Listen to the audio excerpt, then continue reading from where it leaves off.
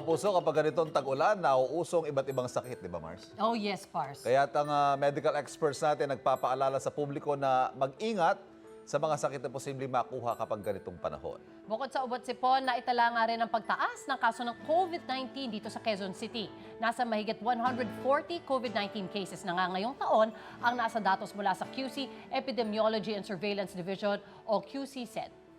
Ano kaya ang mga pag-iingat ang pwede natin gawin? Pag-usapan natin yan dahil the doctor is in dito sa UH Clinic. Ngayong umaga po, makakasama natin Dr. Ed Marvin Hilario, isang pulmonary medicine specialist. Doc, Good morning morning. po. Good Welcome morning po. back, maraming Doc. salamat. Ano-ano nga ba, Doc, ang sakit na madalas nating makita kapag ganitong panahon at bakit madalas nating makuha yan kapag maulan? Siya nga. Okay po. Kapag ngayong maulan na panahon po, ang DOH actually nagpalabas siya sa webpage nila ng mga sakit na kailangan natin tutukan. Katagang WILD or WILND, WILD. So ano yung mga WILD na yun? Yung WILD is, W is waterborne illnesses. Ito yung mga cholera, typhoid, yung mga ganyan. Amoebiasis, nakukuha sa pag-inom ng maruming tubig. Yes. Ang letter I is influenza-like sickness. Like for example, influenza, common colds, COVID. Ang L naman is leptospirosis. Dahil umuulan, so madalas nagbabaha, yung mga kababayan natin sumusugod sa baha, no? Maaring magkaroon ng ganitong sakit. Yeah. And last and foremost, huwag natin kalimutan yung dengue na sakit.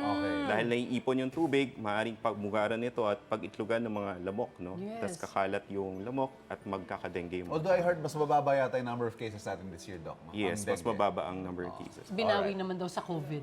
Maganunan sila eh. Dok, yung ubat sipon, common yan sa atin. Pero paano ba natin malalaman na ito ay dahil lamang sa panahon o baka iba na yung cause niya pala? Okay. Kapag panahon lang ang dahilan kung nagkakasakit tayo, kadalasan nag-improve ito kaagad. So for example, nasa labas po tayo, nalamigan tayo, pumasok tayo loob ng bahay, mainit na sa bahay. Dapat pagdating sa bahay, mas gumaganda yung pakiramdam natin. Pero kung sakali yung sakit po ninyo is tuloy-tuloy po, halos 1 linggo na, 2 linggo ka na nagkakasakit, maaring kayo ay tinamaan na ng sakit po. Or Na virus or bacteria? Or depende po. either? Pagka mga viral po, usually in 1 week's time, nag-i-improve na sila. Nagre-resolve, ano? Pero pagka maabot na po ng mahigit 1 linggo, matataas na po ang lagnat ng pasyente, maaari pong may bacterial infection po. ang Ito isang nga, Doc, pasyente. marami yung gumagawa ng home remedies lang sa ubot sipon tulad ng pag-inom ng salabat, oregano. Yes. Effective ba ito mga ganito, Doc? Effective naman in such a way na yung mga katulad ng salabat kasi, nababawasan niya yung pamamaga, especially sa lalamunan natin. Tsaka relief So eh, magandang di ba? relief Usually. ito, reliever, opo, tama. Habang nagre-recover po yung immune system nyo. Pero ang ano lang natin dito, hindi po ito gamot. No, kung for example may sakit na at may infection na ang isang pasyente, kinakailangan pa rin niya uminom. Kung kailangan ng antibiotic, mag-antibiotic Yes. tayo.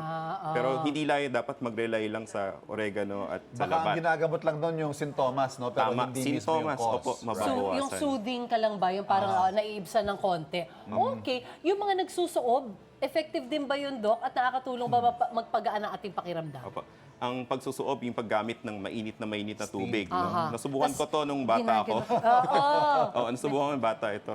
Tapos ano yan mainit yung usok, inaamoy mo. Yes. Maari itong mapaluwag yung mga sa ilong natin, no, kung nagbabara yung ilong nyo. Pero hindi natin ito actually nire-recommenda. Oh. Kasi may mga ER cases tayo na napaso, Yun nabanlian, actually, kasi napakainit na ito. Oo nga naman. So, hindi rin po siya gamot for treatment. Maari lang makabawas ng sintomas, pero hindi talaga siya yung Steam lang siguro. i-recommend natin. Huwag naman tayo mag-dive sa ano. Oo, correct. Steam lang ho yung habol natin doon, ha? Kadalasan din, Doc, sa isang household o kahit sa isang opisina, halimbawa, kapag may isang nagkaubo, sipon, naku, hawa-hawa Oo na yan. nga. Paalalahanan po natin mga kapuso natin kung paano ba makakaiwas na magkahawahan. Absent. Joke lang. So, unang-una po, pag tayo ay nagkaroon ng sintomas o nagkasakit tayo, mas mabuti na mag-sick leave na lang. Kaysa yung papasok tayo sa opisina natin, tapos makakahawa tayo ng ibang kasamahan sa trabaho. Number 2, kung hindi talaga maiwasan pumasok sa trabaho, magsuot na lang ng mask Yes. sa loob. Kung ikaw yung may symptom, mag-mask na lang po kayo para hindi kayo makahawa. Kung uubo man kayo, gumamit ng tissue, gumamit ng panyo, takpan ng bibig o magtakip ng ganito. Yeah. At ugaliin din po maghugas ng kamay. Yes. So pag naghuhugas tayong kamay, gumamit ng sabon, kumanta ng happy birthday, Yes. di ba? Hanggang sa matapos natin. Minsan iba, hugas lang, wisik, tapos na. Oo, ganun po. panawagan din yan, Doc. Sorry kasi napapansin ko marami ako nakakasabay sa banyo. Hindi sila nag-wash ng hands. Opo. Hindi rin sila Nagmamadali, nagsasako. Mars. Nagmatawa. Di ba? Parang yung mga natutunan sana natin ng pandemic, sana nag-stay din with us. Tama po kayo. Expert na dapat tayo Oo, as of now. actually. Daanan na natin Kaya- to noong 2020, di ba? Oo nga. Hugas kamay, Correct, suot ng mask, correct. di ba? Tama po. Ganto, umubo, oo nga. Speaking of, Doc, ito, may balita na rin tungkol sa pagtaas ng Yan. kaso ng COVID-19 dito sa Quezon City. Kailangan na bang magpa-test ulit yung mga may sintomas? O ano ba kailangan natin bantayan dito sa COVID? Okay, maraming natatakot kasi nung nilabas ng Quezon City, ito sinabi niya, may increase pagtaas ng 265% na rate ng cases in a week's time. So sa akin, kung titingnan mo yung numero nito, tumaas lang siya from June 10 until July, from 23 number of cases into 84. So ang nadagdag is actually 61. So pag kinumpit mo yan, yan na yung 265%. So mukha siyang malaki. But if you look at the overall population ng Quezon City, maabot tayo ng 3.3 million. Wow. Based sa research ko po kahapon. Wow. Malaki, napakaliit lang ng number na may kaso. Oo. So kung kayo ay nangangamba na may COVID, same pa rin naman yung precaution natin. No? Actually. Kung marunong kayo umiwas sa mga tao may sakit, maghugas parati ng kamay, of course, huwag niyo hawakan parati yung bibig ninyo, mukha ninyo, yung mata ninyo. Kasi maaari pong, kaya minahawakan po tayo dito, nahawakan natin yung ilong natin, maaari na po kayo makakuha ng ganun. Right. So kung meron po kayong kasamahan na may sakit din, umiwas na din po kayo sa kanila. Wala naman Para bagong po- variant yung COVID, Doc? As of now, wala pang nag-emerge? binabalita na may bagong variant. Alright. And hindi pa rin naman natin dapat bahala ito kasi lahat naman tayo halos bakunado Nabakunahan, for yes. COVID. Oo. Maaari ka man magkaroon ng COVID, pero mild lang po ito. Yung symptoms mo, oo. Karamihan po sa reported, hindi po admitted eh. Outpatient lang po, mga mild symptoms lang po. Okay. Mars, may tanong yata yung mga netizens natin. Go kay Julina Tulio. Doc, totoo raw ba yung pag naambunan, iinom ng isang basong tubig pag uwi sa bahay? Napaka-exact, no? Isang basong Di tubig, ba? ha? Hindi pwedeng kalahati No, lang o wag dalawa. din dalawa. Ma-overdose ka. Sa tubig. Doc.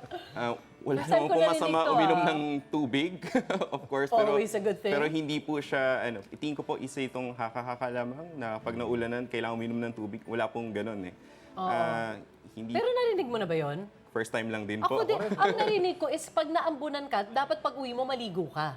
Correct. Kasi Magpatuyo, maligo, tas magpatayo agad, di yes, ba? yun yung mas alam ko. Hindi din po. Hindi rin. ano. Okay. So out din. O tanong naman ni MC Tolosa, Doc, magkakasakit mo talaga kapag hindi nakakapagbanlaw? Ayan, ayun kapag pala. nabasa sa ulan? Hindi po. Hindi Wala din. pong ganun po. Oh, Para alright. bang pasma yan eh, no? Hindi Yes. totoong pasma. Ito, panghuli na lang, Doc. Dahil tag-ulan season na naman, paano ba makakaiwas sa mga sakit na nauuso kapag ganitong panahon? Okay. Ang pinakamalakas na natin is palakasin natin yung immune system natin, yung Actually, resistensya natin. tama. So kung tayo ay regular na nag-ehersisyo, kumakain ng tama at natutulog sa tamang oras, lumalakas yung immune system natin. Check ba tayo And doon, Mars? wag nating Tulog kalimutan. yata yung problema nating Oo. lahat, Pars. Huwag nating kalimutan yung updated dapat yung vaccine natin. Yan. So especially ngayon, flu season na po. Ngayong June, July na po ngayon. Flu dapat vaccine. nakapagbakuna na po kayo ng flu ninyo. Oo nga. Opo. Tama. Thanks for the reminder, Doc. Yung iba para libre lang yata yung Yes, flu vaccine, tama ba? Take advantage, mga nanay. Or sa mga employers ninyo, baka may discounted na. Discounted, Oo, yeah. Correct, yan. Dr. Ed Barvin Hilario, maraming salamat, sir. Isang pulmonary medicine specialist po na kausap natin, mga kapuso, ngayong tagulan para iwas sakit, ingatan ang pangatawan at ang kalusugan. Yeah. Thank you, Doc. Wait! Wait lang! Huwag mo muna i-close. Mag-subscribe ka na muna sa GMA Public Affairs YouTube channel para lagi kang una sa mga latest kwento at balita. I-follow mo na rin ang official social media pages ng Unang Hirit. Thank you. O sige na,